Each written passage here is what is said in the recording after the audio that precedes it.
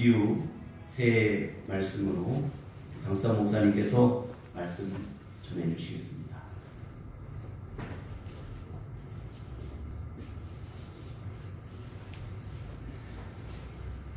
주님께서 이 땅에 오셔서 여러 가지 교훈을 하시는 가운데 비유를 많이 사용을 하셨습니다. 구약 시편 78편 2절에 보면 내가 입을 열고 비유를 베풀어서 예 비밀한 말을 발표하리니 라고 하셨는데, 여기에서 말한 비유는 히브리 말로는 마샬이라는 말인데, 그 뜻은 기본적인 뜻은 경건이나 속담을 사용한다라는 뜻인데, 이 말이 좀 더 광범위한 비유의 동의어가 될 수 있어서 히브리어 성경을 헬라어로 번역한 70인경 성경에서는 신약에서 비유라고 쓴 말 파라볼레라는 말로 번역을 하는 말이기도 하다는 것입니다. 그래서 이 신약에서 쓴 이 비유라는 이 파라볼레라는 말은 곁으로 그리고 던지다라는 말이 합쳐져서 옆에 둔다, 옆에서 잡는다, 옆에 던지다라는 말로 다른 사람의 곁에 어떤 것을 둔다, 나란히 둔다라는 뜻을 가진 말로서 한 물건을 다른 물건 곁에 두고서 비교함으로써 그 물건을 정확하게 아는 방법이라 하는 것입니다. 그러기에 비유는 한편에 잘 알려져 있는 것을 통해서 전혀 알려지지 않은 것을 설명하는 방법이 된다는 것입니다.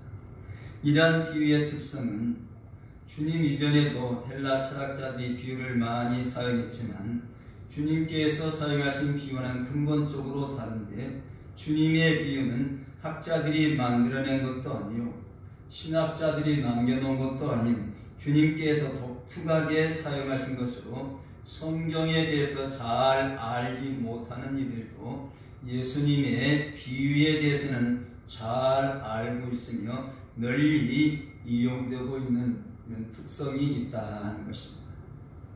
그리고 비유의 형태도 구약의 여러 가지 비유의 형태가 나타나는데, 대표적으로는 사무엘하 12장에 나오는 다윗이 우리아의 아내 바세바를 차리해서 우리아를 죽이고도 자기의 잘못을 깨닫지 못하니까 하나님께서 나단 선지자를 다윗 왕에 보내서 부자와 가난한 가부의 양의 비유를 한 것을 들기도 합니다.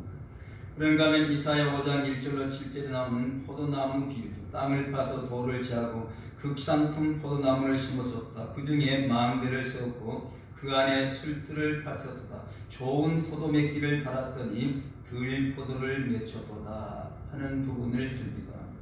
그리고 사사기 9장 7절 이하의 나무 비유도 요담이 여룹바벨 아들 아비멜렉이 자기 형제 70명을 죽이고 왕이 되자 감람나무, 무화과나무, 포도나무는 왕이 됨을 거절했지만 가시나무가 왕이 되기를 원했다라고 하는 얘기를 들기도 합니다. 유대의 랍비들도 탈무드에서 미디안 생활 가운데서 양떼를 쓰고는 모세의 모습을 비유로 설명을 많이 했다고도 합니다. 그런데 예수님의 비유 형태도 다양해서 분류하시는 분들은 나름대로 분류할 때에 소경을 인도하면 하는 격언조의 것이나 돌과 떡, 생선과 뱀 같은 단순한 비교인 것, 산 위에 세운 동네라 하는 가운데 양 같은 은조인 것들, 화에 쓸 진주로 시작되는 노래조의 것, 천국에 대한 비유들이 상징적인 것, 선한 사마리아 사람이나 어리석은 부자 등의 모형일 것으로 나름대로 분류하는 경우도 있다는 것입니다. 그런데 대표적인 것이 이 마태복음 13장이라 하기도 합니다. 그런데 이 비유의 본질은 천국과 관련되어 있다는 것입니다. 그래서 비유는 일반적인 도덕적 교훈만을 주기 위함이 아니고 하나님 나라에 대한 교훈을 주기 위함이다. 다 그런 하지만 일반적으로는 주된 내용이 하나님 나라에 대해서 가르치고 있다는 것입니다. 마가복음 4장 20절에 또 가라사대 하나님의 나라는 사람이 씨를 땅에 뿌림과 같으니 하시고, 누가복음 13장 20절에는 또 가라사대 내가 하나님의 나라를 무엇으로 비할꼬?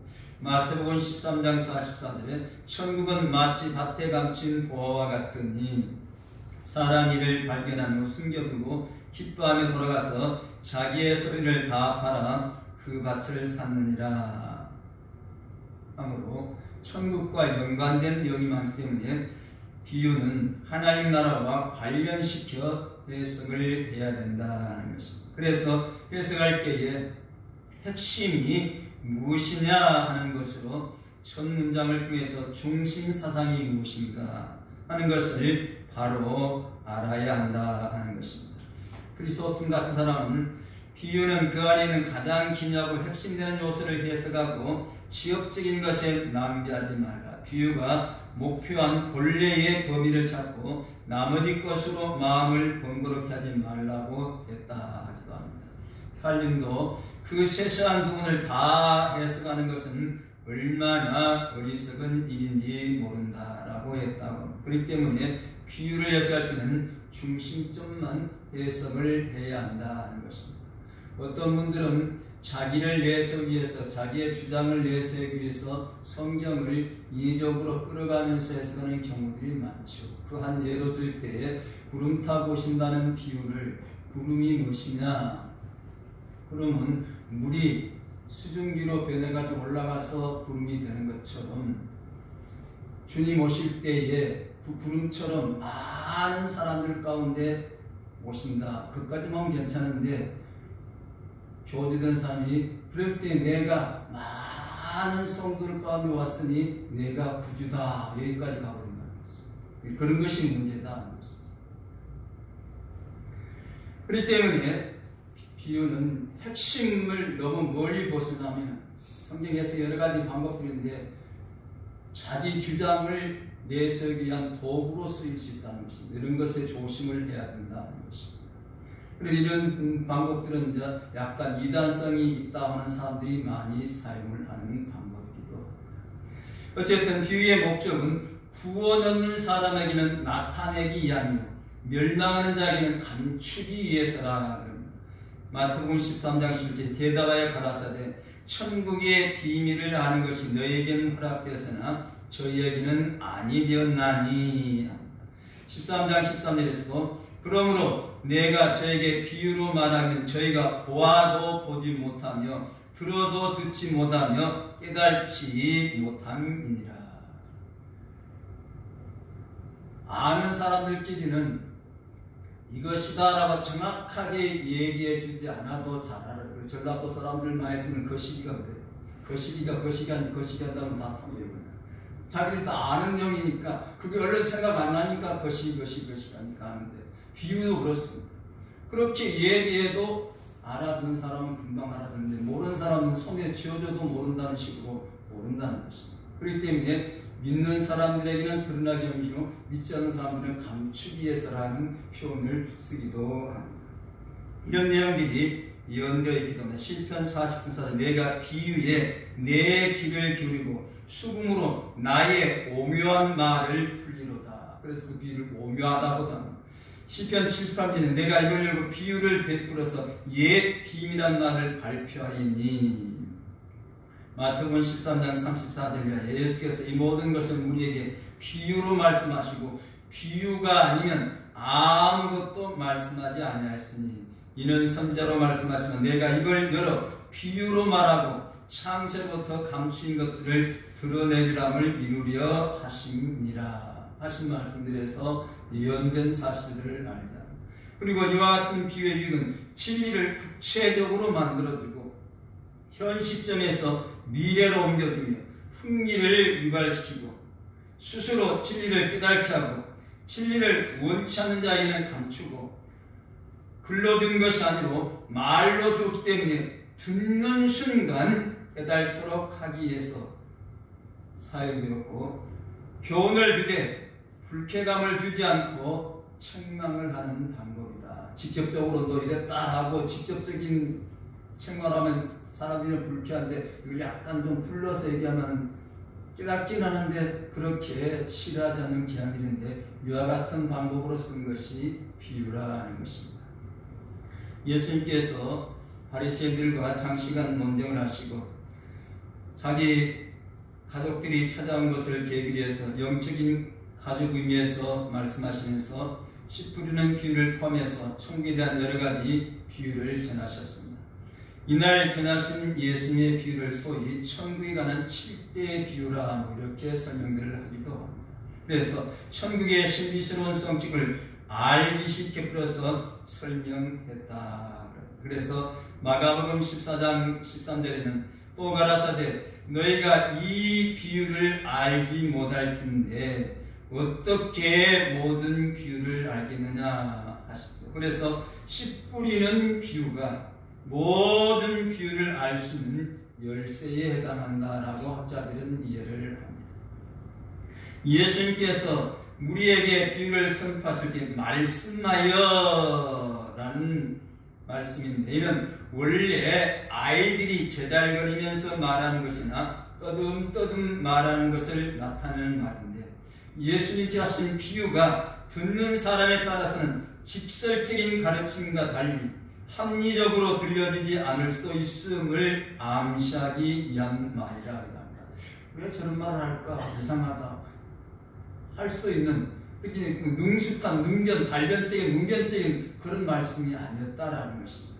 그래서 씨 뿌리는 자의 비유는 듣는 사람들 모두에게 내면적 의미까지 상세하게 설명해주는 가르침이 아니고 그 말씀을 듣는 자들 중 제자를 포함한 소수의 무리들에게 다시 의미를 설명해 주어야만 비로소 깨달을 수 있는 비유입니다. 그래서 제자들이 와서 설명해 주소서 그랬죠.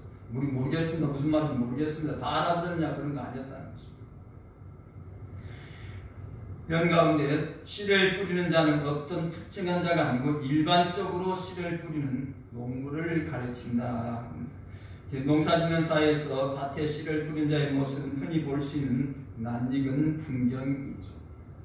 예수님께서는 사람들이 자연스럽게 떠올릴 수 있는 농경 모습을 통해서 하나님 나라의 복음 전파와 그 열매에 관한 것을 말씀하시고자 하셨다는 것입니다. 이 비유에 등장한 농부는 복음을 전한 자를 가르치고 씨를 뿌리는 네 가지 밭은 별개의 각각의 밭이 아니라 한 밭에 있는 다양한 땅의 형태로 복음을 받는 사람들의 마음 상태를 내포한다는 것입니다. 그래서 먼저는 어디에 떨어졌다고? 길가에 떨어졌다. 그런데 어쩝니까? 새들이 와서 먹어버렸다 그랬죠. 유대 지역에서는 밭을 일기 전에 씨를 뿌리는 풍습이 있었고 씨가 떨어지는 밭은 대부분 돌이나 가시도 섞여 있고 잡초도 어느 정도 나있다. 우리 전라북도 대한민국 가장 좋은 농토를 갖고 있는 불판을 갖고 있는 이 지역에서 이 말이 잘 이해가. 그러나 산골에 사는 사람은 약간해. 산골에서 산다랑이 있는데 밭을 일구는 사람들은 어쩌니까 보면 나무도 있기도 하고 가시도 있기도 하고 사람이 다니다 보면 길가도 생기고 그리고 땅이 좋지 못하니까 돌들도 많이 박혀있기도 하고 그런 상태예요.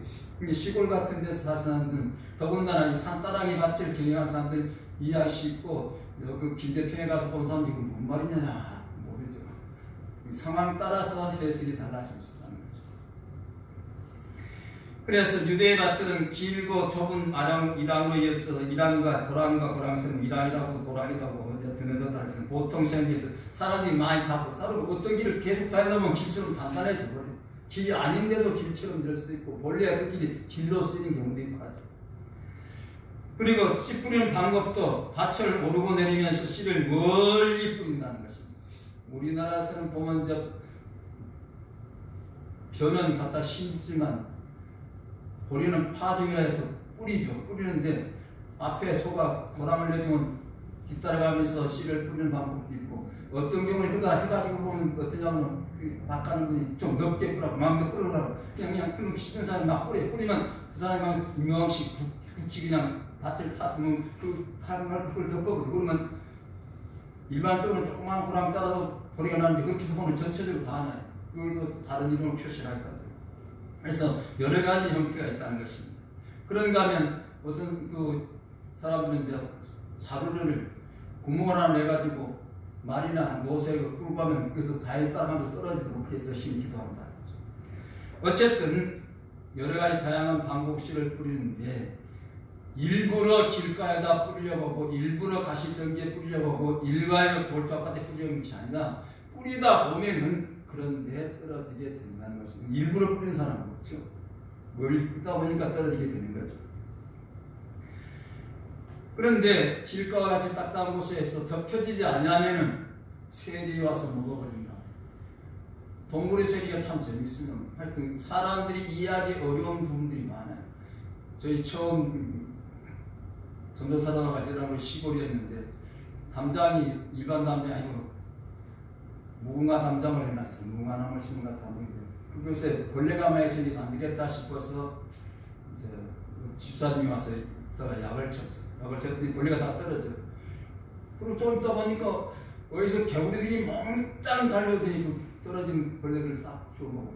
여기 벌레 있으면 와서 먹으라 가은 것도 아니었는데 어떻게 하느니 말이지 하여튼 몽땅 올라오더니 다 그거 먹고 살았는가 죽었는가 하면 제가 모르겠는데 이 새들도 길가에 뿌려진 것이 그 하늘 높이 날면서 어찌 눈에 보이는지 와서 다 먹어버린다는 것입니다. 그래서 새들은 마음에 뿌려진 말씀을 빼앗아가는 악한 자를 상징함으로 쓰였다는 것입니다. 그래서 여기에 대한 직접적인 설명을 13장 19절에서 말하죠. 아무나 천국 말씀을 듣고 깨달지 못할 때는 악한 자가 와서 그 마음에 뿌리운 것을 빼앗았나니 이는 곧 길가에 뿌리운 자라. 다시 설명하면서 새를 악한 자에 비유하면서 말씀을 받고 깨달지 못하는 것과 같은 마음의 상태다 이렇게 했습니다. 다음은 어떤 것이라고 흙이 얇은 돌밭에 떨어지니 흙이 있지 않더니 싹이 나오나 해가 돋은 후에는 타져서 뿌리가 없으므로 말랐다라고 합니다. 흙이 얇은 돌밭을 지금 많은 흙을 가지고 있지 않은 바위돌, 그러니까 아까 말한 산골짜기에 보면 밭이 하다 보면 석판이 깔려있는데 빼낼 수가 없어 놔두고 위에 흙을 덮어서 씨를 뿌리는 경우도 있고 그냥 그런 대로 놔두는데 그게 키가 떨어지는 경우도 여러 가지 경우가 있겠죠. 큰 돌은 못 빼냅니다. 안 만들어요. 요즘 그런 데는 기중기 올라가서 드러낼 수 없고 사람 힘으로 힘드니까. 그리고 또 자잘한 돌도 많이 박혀있고 해서 그런 경우들이 많습니다. 그래서 흙이 깊지 않기 때문에 싹은 금방 나와요. 왜냐면 바위가 밑에 들었으니까 또 열을 받으니까 따뜻하니까 싹이 빨리 발효하죠. 그런데 곧 이 속취 당장 그래서 돋을 수는 있지 싹이 곧 기대는데 싹이 나오나 밖으로 나오는데 깊지 않기 때문에 금방 햇빛을 받으면 타버리고 만다. 그래서 신앙의 정도가 낮은 상태, 길가는 깨달지 못하는 상태, 신앙의 정도가 낮은 상태, 뭐 이분을 재밌게 설명하는 사람은 냄비신앙이라고 합니다. 냄비가 팔팔팔팔 끓을 때는 금방 팔팔팔팔 끓는데 조금 더 식어버리듯이 금방 뭐 주야 주야 하고 믿습니다 하다가 금방 보면 또 다른 일 하는 사람들, 이런 사람들을 여기 많이 비유를 합니다. 어쨌든 순전히 돌로 이루어져 있고 그 흙이 약하게 되었기 때문에 그 떨어진 씨앗은 돌에 맡겨서 뿌리를 거의 내리지 못하고 해가 강하게 내리쬐면 곧 시들어버립니다. 그쪽 지역 가면 우리하고는 날씨가 틀려요. 그늘에 들어가면 시원한데 밖에만 나오면 시원해요. 더워요. 그래서 그 그늘, 큰 바위 그늘 같은 성경에 나오는 그들을 우리나라 사람은 잘 몰라요.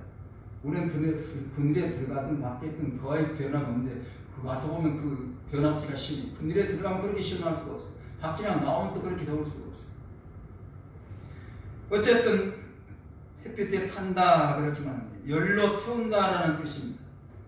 그래서 태양의 열기와 빛은 식물의 성장에 필요한 조건인데 돌 때문에 뿌리를 내지 못한 여기에는 오히려 문제가 된다는 것입니다. 마찬가지로 심령의 내면이 마치 돌과 같이 깨어지지 않은 완악한 자아로 가득 찼으면 혼란이나 핍박이나 신앙을 단련시키는 긍정적인 측면으로 작은 것이 아니고 신앙 자체를 소멸시키는 해로운 면이 될 수 있다는 겁니다. 해가 식물이 자라기는 반드시 필요한데 뿌리가 빛이 못한다면 금방 태워버리고 말듯이 우리의 옅은 신앙도 환난이나 권고를 당할 때는 넘어지고 만다는 것입니다. 이를 유다서 1장 10절에서는 저희는 기탄 없이 너희와 함께 먹으니 저희 애찬의 암초요 자기 몸만 기르는 목자요 바람에 불려가는 물 없는 구름이요 죽고 또 죽어 뿌리까지 뽑힌 열매 없는 가을나무의 견주어 설명을 하고 또 한 밭은 어떤 상태입니까? 가시떨기에 떨어지며 자라서 기운을 막았다 그랬죠. 가시덤불은 가시나 가시덤불을 의미합니다.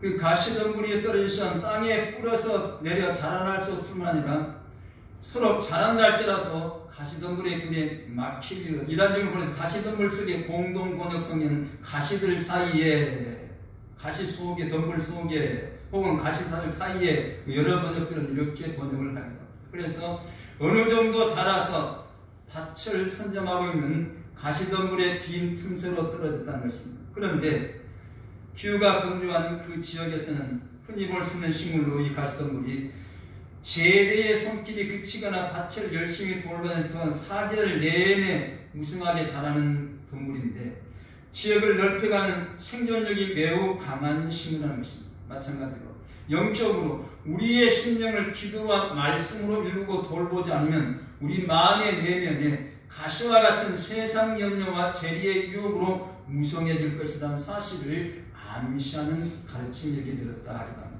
이러한 마음과 때 서로 말씀의 씨앗이 떨어진다 할지라도 이미 선점하고 있는 가시덤불 같은 것들 때문에 그 마음에서 복음의 씨앗은 자라지 못하고 사그라들고 말 것이다 하는 것입니다. 자란다는 말은 보다 높은 곳으로 움직인다 올라간다는 뜻을 지닌 말인데 가시밭에 떨어진 씨앗보다 가시덤불이 먼저 훨씬 높이 성장한 사실을 나타낸다는 것입니다. 기운을 막았다 하는 말은 목졸라 죽인다라는 뜻이 있는 말이라는 것입니다. 숨통을 막히도록 해서 가시덤불이 식물이 자라지 못한 방해자가 된다는 것입니다. 멱살을 잡는다, 조른다는 뜻이 있는 말이라는 것입니다. 그러므로 기운을 막았고 하는 말씀은 목졸라 죽였다, 질식시켰다 하는 것입니다. 그래서 의인법으로 사용된 이 표현은 마치 힘센 악인이 강을 푸고 나약한 사람의 목을 잡아 숨을 못 쉬게 하듯이 먼저보다 높이 자란 가시들이 나중에 싹도 낮게 자라고 있는 싹들을 사방으로 에워싸서 더 이상 광합성 작용을 못하게 하도록 틀어막는 것을 시각적으로 설명해주고 있다 하는 것입니다. 그래서 가시떨기에 떨어진 씨앗은 그보다 먼저 자라나버린 가시에 찔리고 그 그늘에 맡겨서 더 이상 성장을 못하고 말라 죽고 만다는 것입니다. 그래서 세상 염려와 재리의 유혹에 말씀이 막혀 결실치 못한 자라고 마태복음 13장 22절에서 설명을 해주고 있습니다. 그리고 이제 마지막 이제 더러는 좋은 땅에 떨어지며 혹 100배, 혹 60배, 혹 30배 결실을 하였느니라. 이 좋다 하는 것은 다른 것보다 더 우수하고 좋은 것을 나타내는 말입니다. 이 말은 씨앗이 자라기에 적합하고 쓸모있는 땅이라는 뜻입니다. 그래서 위에 소개된 세 가지 종류의 땅보다 훨씬 우수하고 좋은 땅인데 그 씨앗이 제대로 뿌리 내리고 열매를 맺을 수 있기까지 정상적으로 성장할 수 있는 식물 경작에 매우 적합한 땅이라는 것입니다. 영적으로는 말씀을 듣고 깨닫고 결실할 수 있는 마음의 상태라는 것입니다. 그런데 혹이라는 말이 우리가 그냥 우리 성경은 또는으로 이야기하시는데 또는이 아니고 이 말은 어떤 것 중에 하나라는 말 히브리어 헬라어 단어입니다. 그리고 호스라는 말입니다. 그래서 표준역이나 다른 성경에서는 어떤 것은 한글 킹제임스 역은 얼마는로 번역을 하기도 합니다. 그렇기 때문에 우리 성경을 보면 우리 생각대로 또는 하고 얼른 이해하시는데 그런 건 좀 다른 뜻이 있다는 말입니다. 그러므로 씨앗 중 어떤 것은 100배, 어떤 것은 60배, 어떤 것은 30배의 열매를 맺었다 하는 뜻이라는 것입니다. 그런데 이것도 30배, 60배, 100배, 100배, 60배, 30배 번역을 그렇게 하기도 합니다. 그래서 이분에 또 저렇게 설명한 사람은 기본적으로 맺어야 할 것이 100인데 그렇지 못하면 60배, 그래도 못하면 30배다라고 설명하시는 분도 있고 뭐 다르게 또 이야기로 설명하는 경우도 있습니다. 어쨌든 마태복음에서는 100배를 우선시하거든요. 이는 각각의 씨앗들이 열매를 맺는 것을 보여주면 또한 씨앗들의 조건이 동일한 같은 땅에 떨어지고 양은 100배로, 60배로, 30배로 좋은 땅이라도 다 똑같으냐 그건 아니라는 것입니다. 그러면서 한편으로는 씨앗이 아무리 부실할지라도 좋은 땅에 떨어지면 적어도 30배는 맺는다. 열매 맺지 못할 열매는 없다라는 것입니다. 이를 종합할 때 좋은 땅에 떨어진 씨앗은 다 결실한다는 것이고 결실하는 양은 각각 다를 수 있다는 것입니다. 결실했다라는 말은 열매를 주고 있다라는 말로서 열매는 어느 시점이나 상한선에서 멈추지 않고 지속적으로 일어나고 있다는 사실을 암시한다는 것입니다. 그리고 계속하고 있는 이러한 모습을 보는 농부의 마음은 한없이 풍부할 것이다 하는 것입니다. 그러면서 씨를 뿌리는 자를 인자라 그랬죠. 마태복음 13장 대답에 가렸을 때 좋은 씨를 뿌리는 이는 인자요 하시니 말씀 자체로 예수님 하나님이 씨를 뿌리신다는 것입니다. 그리고 씨 뿌리는 자는 말씀을 뿌린 자라. 마가복음 14장 막 뿌리는 자는 말씀을 뿌리는 것이다 라고 했습니다. 그러니까 농부들의 농사짓는 방법을 통해서 말씀 전파의 교훈을 우리에게 주고 있다는 것입니다. 그리고 씨는 하나님의 말씀이라고 하죠. 누가복음 18장 11절에 이 비유는 이라냐. 씨는 하나님의 말씀이요. 성경 자체가 이렇게 설명합니다. 그런데 이걸 다른 말로 해석하면 안 돼요. 성경이 성경을 해석했는데 우리가 거기다 다른 설명을 더 붙이는 건 아닙니다. 마태복음 10장 10절에 아무나 천국 말씀을 듣고 깨달지 못한 악한 자가 와서 그 마음이 끄는 것을 빼앗아 이는 길가에 뿌린 자라고 하죠. 그렇기 때문에 씨는 곧 하나님의 말씀, 천국의 말씀. 그러므로 말씀으로 천국이 임하게 된다. 말씀을 들음으로 천국이 임하게 된다. 말씀을 듣고 영접하는 순간 천국이 임하게 된다는 것입니다. 말씀을 전하는 순간 성령이 함께해서 마음을 열어서 천국이 임하도록 한다는 것입니다. 그러니까 말씀과 천국이 연관되어 있다는 것입니다. 그래서 베드로전서 1장 23절에 너희가 거듭난 것이 썩어질 수로 된 것이 아니요 썩지 않을 수로 된 것이니 하나님의 살아있고 항상 있는 말씀으로 되었다. 그러면서 씨 뿌리는 비유를 들으라. 오늘 본문이죠. 비유를 말씀하시고 그 목적인가 비밀을 깨달은 자의 복에 대해서 말씀하시고 씨 뿌린 자의 비유에 대한 해석을 쓰면서 비유를 들으라. 그런데 우리 성경에서는 이 부분이 번역되지 않은 말 너희는 이란 말 너희가 있는데 우리 성경은 상이야. 왜 헬라어 자체는 동사가 이 인칭이 포함되어 있기 때문에 특별한 일과 아니면 쓰지 않습니다. 그래도 그렇게 해석을 하는데 여기는 강조하기 위해서는 한 번 더 넣는데 원문에는 한 번 더 들어있는데 우리 성경 해석가 나오고 있는 것 같습니다. 그래서 이 강조하고 있다는 것입니다. 들으라 하는 말씀 앞에 있는데 또 했으니까 너희는 들으라고 강조를 하고 있다는 것입니다. 구약의 선지자들과 인들은 간절히 갈망했으라도 얻지 못했고 신약시대의 바리새인이나 서기관들을 위해서 많은 사람들이 눈으로 보고 귀로 들으면서도 깨닫지 못했지만 천국의 비밀을 알고 있는 제자들은 반드시 씨 뿌린 자의 비유의 의미를 들어서 풍성한 열매를 맺어야 한다 하는 것을 말씀하시기 위해서 너희는 들으라고 강조를 하셨다라고 이해를 합니다. 그래서 마태복음 13장 9절에도 귀 있는 자는 들으라. 마가복음 4장 9절에도 이르시되 들을 귀 있는 자는 들으라. 누가복음 8장 8절에 너는 좋은 땅에 떨어지며 나서 100배의 결실하게 되냐 이 말씀하시고 계시되 들을 귀 있는 자는 들을지어다. 말씀이 똑같이 선포되는데 과연 들을 수 있는 귀를 가졌느냐. 그래서 우리가 설교 전에 기도할 특히 우리 자신들을 위해서 들을 귀를 허락해 주옵소서 기도하는 것도 들을 귀는 들었는데 깨닫지 못하는 의미가 없는 거죠. 들어야 바로 들어야 깨닫게 되고 깨달아야 그 그 말씀이 내 영적인 양식대로 천국을 확장시키는 복으로 쓰게 된다는 것입니다. 그래서 말씀을 듣는 것을 강조합니다. 구약에서 듣는다 할 때는 순종의 의미가 함께하죠. 사무엘상 15장 사무엘이 가서 여호와께서 번제와 다른 제사를 그 목소리를 순종한 것을 좋아하신 것이 좋아하시겠나니까 순종이 제사보다 낫고 듣는 것이 수양의 기름보다 낫다. 듣는 것과 순종을 같은 것으로 암만 제사를 드려도 순종치 않으면 그 제사의 의미가 없다는 것입니다.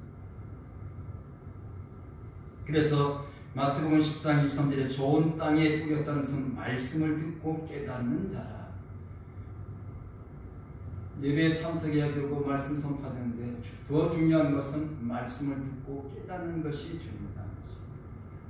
한마디 하고 들으면 깨달으면 다른 말을 사실 없어요. 잘 안 들으니까 자꾸 잘 들으라고 이 말 저 말 하면서 자꾸 그냥 막 부가적으로 하는데 깨달으면 더 안 된다고 사실돼요. 그러므로 좋은 땅에 뿌렸다는 말씀을 듣고 받는 심령이고 좋은 땅에 있다는 것은 착하고 좋은 마음으로 말씀을 듣고 지키어 인내로 결실한다라고 누가복음 8장 15절은 말씀합니다.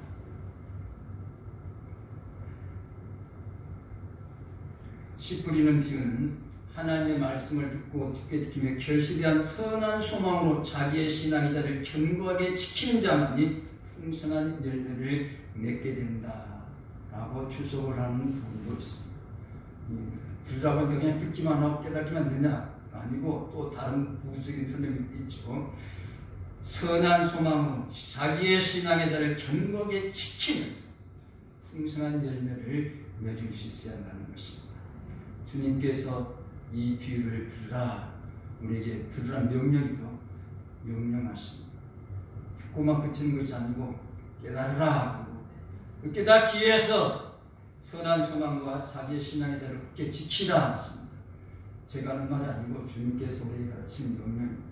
이 말씀 기억하며 한 해를 시작하고 풍성한 열매는 모두가 되어갈 줄을 믿습니다. 하나님